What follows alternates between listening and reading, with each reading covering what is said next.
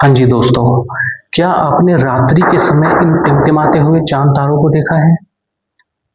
क्या आपने कभी ध्यान से हमारी पृथ्वी की हरियाली को देखा है, इन झरनों को देखा है, इन पर्वत पहाड़ों को देखा है? तो क्या आपके मन में कभी क्वेश्चन उठा है कि ये चाँद तारे हमारे सूर्य है, इनका निर्माण कैसे हुआ होगा? क्या आपके मन में क्वेश्चन उठा है कि हमारी इस खूबसूरत सी पृथ्वी जो हमें जीवन देती है, उनका निर्माण कैसे हुआ होगा? तो आपके इसी आंसर को देने के लिए मैं उपस्थित हूँ। मेरा नाम दोस्तों भरत, ज्योग्राफी पढ़ाता हूँ। आज हम इससे पहले मैं आपको 2 क्लास पढ़ा चुका हूँ।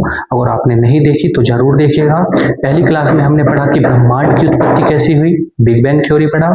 दूसरी क्लास में हमने पढ़ा कि ब्रह्मांड कंपोजिशन, ब्रह्मांड का संगठक पढ़ा। और कांट और लाप्लास, ये जो गैसियस थ्योरी ऑफ कांट की और नेबुलर थ्योरी ऑफ लाप्लास की, कि किस तरीके से तारों और ग्रहों के बनाने की प्रक्रिया में कांट और लाप्लास महोदय ने अपना योगदान दिया, क्या क्या उन्होंने बताया। इसी क्रम में आज इसकी तीसरी क्लास है और हम पढ़ेंगे कार्ल वाइजेकर 1944 में, जिन्होंने इन दोनों महान वैज्ञानिकों की दी गई इन दोनों थ्योरी को संशोधित करने के बाद आधुनिक नेबुलर सिद्धांत को 1944 में आधुनिक नेबुलर सिद्धांत, या इसे बोलने लगे हम मॉडर्न नेबुलर थ्योरी क्या थी, मॉडर्न सोलर नेबुलर थ्योरी क्या थी, आइए समझते हैं। इसी थ्योरी के द्वारा हमारे सूर्य का निर्माण होता है, इसी थ्योरी के द्वारा हमारे ग्रहों का निर्माण होता है, इसी थ्योरी के द्वारा हमारे जो क्षुद्र ग्रह है, उल्का पिंड है, उनका निर्माण होता है, और या कहें कि इसी थ्योरी के द्वारा हमारे सौरमंडल का निर्माण होता है। तो यह थ्योरी क्या थी, अगले 5 मिनट में आपको मैं समझाता हूँ, तो समझिए। और हाँ, इसके बाद में हम इसी थ्योरी पर अकॉर्डिंग जो यूपीपीसीएस, आरओ या यूपीएससी में पूछे गए क्वेश्चंस को, 4-5 क्वेश्चन को इस टॉपिक से पूछे गए, वो हल करेंगे। तो जुड़ जाइए हमसे। अब सबसे पहले मैं बताऊं आपको कि इमैनुअल कांट 1755 महोदय जो थे, इन्होंने गैसियस थ्योरी दी थी। फिर पियरे साइमन लाप्लास ने 1796 में नेबुलर थ्योरी दी थी, इसी ग्रहों के और तारों के बनाने के प्रक्रिया में। अब फिर ये जो कार्ल वाइजेकर महोदय है 1944 में, इन्होंने क्या किया, इमैनुअल कांट और लाप्लास इन दोनों की थ्योरी में परिकल्पनाओं में कुछ ना कुछ कमी दिखी, उसको संशोधित किया। संशोधित करने के बाद 1950 से 1960 के बीच में एक थ्योरी आती है इनकी, कार्ल वाइजेकर की, जिसको बोलते हैं आधुनिक नेबुलर सिद्धांत या मॉडर्न सोलर नेबुलर थ्योरी बोलते हैं। तो दोस्तों ये क्या थी, इन्होंने कहा कि हमारे अंतरिक्ष में जो होता है हाइड्रोजन और हीलियम का परमाणु जो होता है, गैसेस के परमाणु, वो बिखरे पड़े हैं, और धूल जो होता है, डस्ट पार्टिकल, वो बिखरे पड़े हैं। उसका एक घूमता हुआ बादल है, और ये जो घूमता हुआ बादल है इसको बोलते हैं नेबुला। उसको इन्होंने नेबुला का नाम दिया।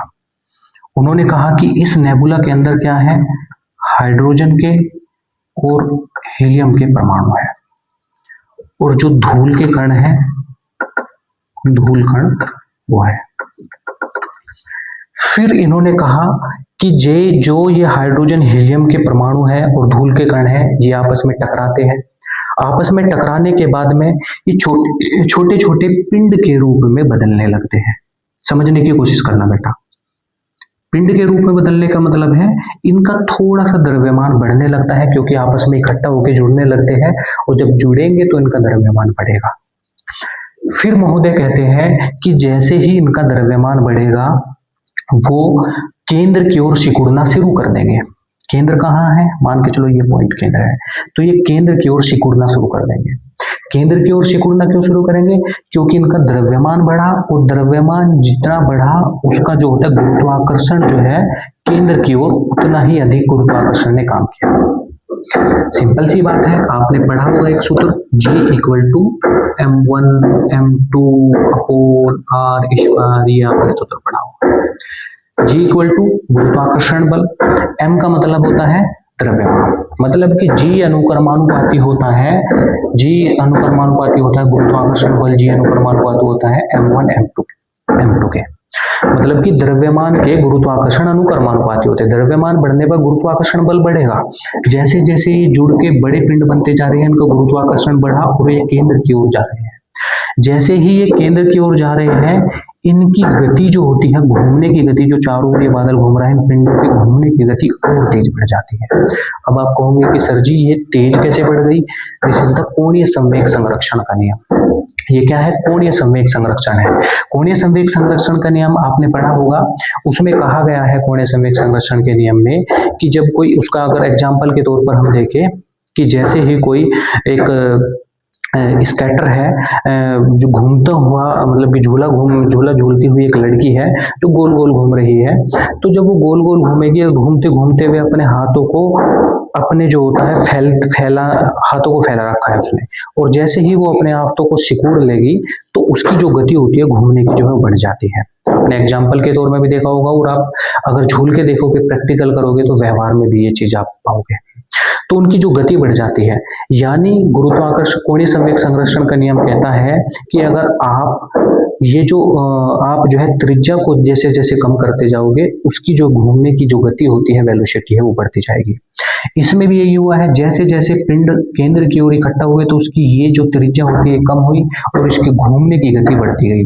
जैसे जैसे घूमने की गति बढ़ती गई, ये पिंड ने और ज्यादा कोलिजन शुरू करना शुरू किया, और ज्यादा टकराव शुरू हुआ, और बड़े बड़े पिंड बनते गए, और ये बड़े बड़े पिंड जाकर केंद्र में, लास्ट में केंद्र में इकट्ठा होते गए। लास्ट में ये पिंड केंद्र में इकट्ठा हो गए। जैसे ही ये पिंड लास्ट में केंद्र में इकट्ठा हो गए, उसके बाद में अब बाहर की दशा अगर हम देखें तो बाहर में छोटे छोटे पिंड अभी भी घूम रहे हैं। इसके बाहर थोड़े छोटे, इससे इससे इससे छोटे पिंड घूम गए, और बाहर की ओर सबसे पहले, सबसे ज्यादा जो बाहर की ओर है, वो धूल के कण और हीलियम हाइड्रोजन के परमाणु है। ठीक है। अब ये कह रहा है कि ये जो बीच में केंद्र में इकट्ठा हुआ बड़ा सा मास का टुकड़ा है, इसकी जो डेंसिटी है वो बहुत ज्यादा है। तो अब जो क्या होता है, इसके जो चारों ओर जो होता है, ये गैसीय बादल होता है, क्योंकि इसकी रफ्तार इतनी तेज हो गई कि इस गैसीय बादल ने एक तस्तरी का रूप ले लिया है। अगर हम इस चित्र को यहाँ पर बनाए तो किस तरीके की तस्तरी का रूप ले लिया है? मान के चलो ये जो होता है हमारा बीच का इसका केंद्र होता है, ठीक है ना, और ये जो होता है वो तस्तरी का रूप, ऐसे इसने तस्तरी का रूप ले दिया है। ठीक है, ऐसे है, ये एक तस्तरी फॉर्म में जो है ना, ये तस्तरी फॉर्म में, ये इस तरीके से एक तस्तरी जो है, घूमती हुई तस्तरी बन गई है, और इसके चारों ओर ये पिंड है, ये बड़े बड़े पिंड है, फिर छोटे छोटे पिंड है।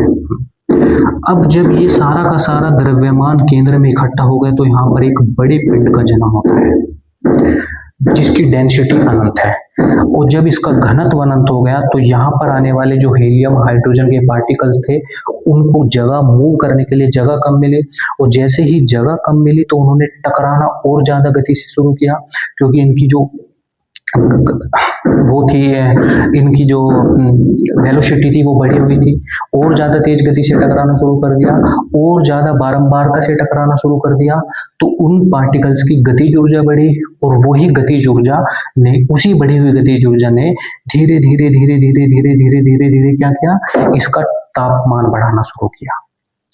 क्योंकि ऊर्जा का संरक्षण सिद्धांत ये बोलते हैं कि ऊर्जा को तापमान में कन्वर्ट किया जा सकता है, जाहिर सी बात है, ऊर्जा को तापमान में कन्वर्ट किया जा सकता है। तो इसका तापमान बढ़ना शुरू हुआ, और जैसे ही इसका तापमान, बच्चों, जैसे ही इसका तापमान 1.5 मिलियन डिग्री केल्विन हुआ, जैसे ही इसका तापमान 1.5 मिलियन डिग्री केल्विन हुआ, तो यहाँ पर नाभिकीय संलयन की प्रक्रिया, न्यूक्लियर फ्यूजन की प्रक्रिया स्टार्ट हो गई। न्यूक्लियर फ्यूजन क्या होता है, उसकी प्रक्रिया स्टार्ट हो गई। न्यूक्लियर फ्यूजन, नाभिकीय संलयन की प्रक्रिया स्टार्ट होने के लिए पिंड का द्रव्यमान आपको 8 सूर्य के द्रव्यमान या सूर्य के द्रव्यमान के बराबर होना चाहिए। ठीक है, उसके न्यूक्लियर फ्यूजन की प्रक्रिया स्टार्ट होने के लिए उस पिंड का तापमान 1.5 मिलियन डिग्री केल्विन होना चाहिए, लगभग 1.5 करोड़ डिग्री केल्विन उसका तापमान होना चाहिए, तब न्यूक्लियर फ्यूजन की क्रिया स्टार्ट होगी। अब न्यूक्लियर फ्यूजन क्या है दोस्तों? न्यूक्लियर फ्यूजन है ये, इसे सिंपल समझेंगे हम, जैसे मान के चलो ये हाइड्रोजन है, हाइड्रोजन के इसमें क्या करते हैं, 4 अणु, हाइड्रोजन के इसमें 4 अणु आपस में मिलते हैं। अणु क्या है, एक नाभिक है, हाइड्रोजन के 4 नाभिक है, माने इस नाभिक की जो इस नाभिक का जो भार है 1 यूनिट है, इसका भी भार 1 यूनिट है, इसका भी भार 1 यूनिट है, इसका भी भार 1 यूनिट है। अब इन चारों हाइड्रोजनों का भार मान के चलो, इनके नाभिक का भार 1 यूनिट है। अब इनके चारों नाभिक मिलकर एक हीलियम का नाभिक बनाते हैं। तो कहा यह जाता है, मान के चलो जब इनके 4 यूनिट भार था, इन 4 यूनिट ने प्रतिक्रिया करी और हीलियम का एक नाभिक बनाया। तो हीलियम के बचे हुए नाभिक का भार का मेजरमेंट किया गया, तो इसका 3.994 पॉइंट कुछ था। तो कुल मिला के जो होता है, 4 हाइड्रोजन के नाभिक जब आपस में मिलके हीलियम का एक नाभिक बनाते हैं, जिसे नाभिक संलयन की प्रक्रिया बोलते हैं, तो उसमें इन नाभिकों का थोड़ा सा भार कम होता है, और जो पॉइंट कुछ भार जो कम होता है, वही जो भार होता है वो इसकी एनर्जी के रूप में बाहर निकलना, तापमान के रूप में बाहर निकलना शुरू कर देते हैं, और इसी प्रक्रिया को न्यूक्लियर फ्यूजन बोलते हैं बेटा। क्योंकि जो ऊर्जा है, क्योंकि जो भार होता है, वो भार को एनर्जी में कन्वर्ट किया जा सकता है। किसके द्वारा जो होता है, क्योंकि आपने कहा कि गुरुजी ये तो भार कम हुआ था, तो यहाँ से जो है एनर्जी कैसे निकलना शुरू कर दिया। क्योंकि आइंस्टीन का एक नियम है, आइंस्टीन महोदय का, E=mc²। तो E क्या है, एनर्जी है, M क्या है, द्रव्यमान है। तो द्रव्यमान को एनर्जी में और एनर्जी को द्रव्यमान में कन्वर्ट किया जा सकता है। तो इसी तरीके से जो ये भार कम हुआ था, वो ऊर्जा के रूप में बाहर, एनर्जी के रूप में बाहर निकलने लगा। अब बाहर निकलने लगा, अब यहाँ से एनर्जी के रूप में बाहर निकलने लगा। तो जब जैसे ही एनर्जी के रूप में बाहर निकला, तो यहाँ का टेम्परेचर जो होता है, ये आग का एक गोला बन गया। तो इसको क्या बोला, इसको बोला सन। ये क्या बना, ये बना हमारा सन, सौरमंडल का प्रधान सेनापति हमारा सूर्य। ठीक है, जैसे ही एनर्जी बाहर की ओर निकली, तो यहाँ जो इसके चारों ओर होता है, वहां गर्मी ज्यादा हुई। तो यहाँ के जो हाइड्रोजन और हीलियम के पार्टिकल्स थे, वो यहाँ से दूर की ओर भागे और बाहर की ओर इकट्ठा होना शुरू हुए। कहाँ इकट्ठा होना शुरू हुए, बाहर की ओर इकट्ठा होना शुरू हुए। और यहाँ के जो बड़े बड़े पिंड थे, वो जो होता है गर्मी पाई, गर्मी पाने के बाद में जो होता है वो यहाँ पर मौजूद रहे। ठीक है, अब कुछ पिंड जो होता है वो यहाँ पर भी बने। ठीक है, कुछ पिंड जो है यहाँ पर बने। तो ये पिंड जो होता है आपस में जुड़ने लगे, ये पिंड आपस में जुड़ने के बाद में इन पिंडों ने प्लैनेटिसिमल्स बनाए। प्लैनेटिसिमल्स को बोलते हैं ग्रहाणु। ठीक है, अब हम क्या कर रहे हैं, सन बन गया, हम ग्रहों को देख रहे हैं, ग्रह कैसे बने।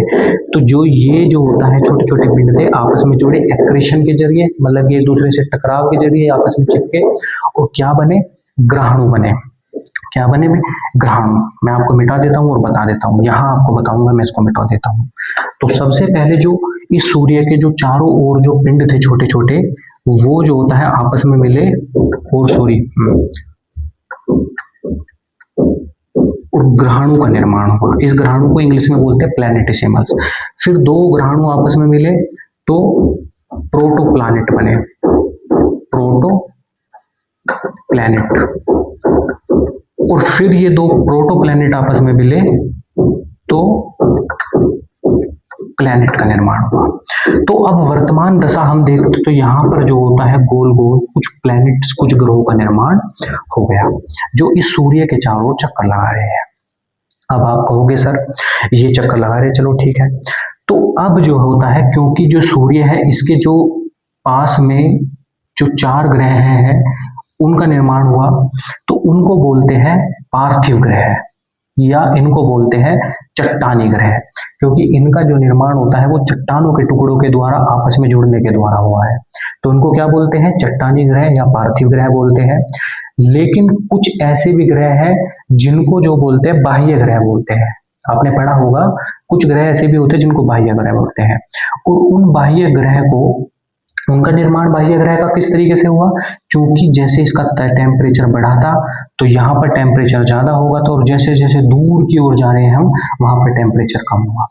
और जो हमारी जो गैसेस के पार्टिकल्स थे वो बाहर की ओर चले गए थे, तो बाहर जो ग्रहों का निर्माण हुआ वो गैसों से मिलकर बने हैं ग्रह। ठीक है, तो उन गैसों से मिलकर बनाए हुए ग्रह को बाह्य ग्रह कहते हैं। जो सबसे लास्ट में जहां पर तापमान बहुत कम पहुंचा और जो ठंडे के ठंडे रह गए, तो वहां से जो ग्रहों का निर्माण हुआ वो बर्फ से हुआ है, बर्फ के टुकड़ों से, ठंडे ग्रह। तो इन चारों को जो गैस और बर्फ से बनकर बने ग्रह होते हैं उनको बाह्य ग्रह कहा गया। और जो सूर्य के पास, सूर्य के कारण पार्थिव ग्रह मतलब कि जो सूर्य के आसपास जिन ग्रहों का निर्माण हुआ उनको जो है चट्टानी ग्रह या पार्थिव ग्रह कहा गया। तो इस तरीके से हमारे ग्रहों का निर्माण हो गया। और जो पिंड ग्रह नहीं बने, जो वो बीच में ग्रहों के बीच में फंसे रह गए, तो उन्हें क्षुद्र ग्रह का नाम कहा दिया गया। जैसे आपने बहुत सारे ग्रहों बृहस्पति और मंगल की कक्षाओं के बीच में देखा होंगे, छोटे छोटे चट्टानों के टुकड़े, उन्हें क्षुद्र ग्रह के नाम से दिया गया। तो दोस्तों ये थी हमारी सोलर नेबुला थ्योरी। अगली क्लास में, इसी क्लास में या अगली क्लास में इस पर क्वेश्चन क्या पूछे जाते हैं, हाँ इस क्वेश्चन कर लेते हैं हम, 3 क्वेश्चन पूछ कर लेते हैं कि इस पर क्वेश्चन क्या पूछे जाते हैं यूपी पीसीएस आरओ यूपीएससी में। इसमें पूछे जाते हैं कि जो हमारी सोलर नेबुला थ्योरी थी वो किसने दी थी। तो जाहिर सी बात है बेटा, Immanuel Kant, Pierre Simon Laplace, इन दोनों वैज्ञानिकों ने ये थ्योरी दी थी और ये सबसे ज्यादा पूछा जाने वाला क्वेश्चन है। एक क्वेश्चन ये भी पूछा जा सकता है कि ये जो सोलर नेबुला थ्योरी थी ये कितने साल पहले दी गई थी। ये 4.6 अरब वर्ष पहले ये थ्योरी दी गई थी बेटा, लिख लेना। सोलर नेबुला थ्योरी 4.6 अरब वर्ष पहले दी गई नहीं थी, सॉरी आई थी। सोलर नेबुला जो होती है हमारे ग्रहों का निर्माण था, ये हमारे जो सूर्य का निर्माण था, सौरमंडल का निर्माण कब हुआ था अगर क्वेश्चन पूछे तो 4.6 अरब साल पहले हमारे सौरमंडल का निर्माण हुआ था। आपको समझ में आया? ये समझना है आपको फिर देखना है। यहाँ से क्वेश्चन भी पूछा जा सकता है कि जो सोलर वो है न्यूक्लियर फ्यूजन है, उसको स्टार्ट होने की जो है क्या क्या कंडीशन है। स्टार्ट होने की कंडीशन यही है कि टेम्परेचर कितना होना चाहिए, 1.5 मिलियन डिग्री केल्विन होना चाहिए टेम्परेचर, तब जाके न्यूक्लियर फ्यूजन स्टार्ट होगा। बाकी सारी प्रक्रिया मैंने आपको अच्छे से समझा दी है, उसको ध्यान रखना। और इसी तरीके से हम नेक्स्ट टॉपिक लेके आएंगे पृथ्वी की उत्पत्ति एवं विकास का, और उसके बाद इसी तरीके से हम इसके सारे उस टॉपिक से रिलेटेड जितने भी क्वेश्चन बनते हैं और उनकी संभावना है वो आपको कराएंगे। आपको मेरी भाषा आसान लगी होगी, आपको समझ में आया होगा, तो मुझे सब्सक्राइब कीजिएगा, फॉलो कीजिएगा, और इससे जुड़े हमारी जो पहली क्लास है उनको देखना ना भूलें।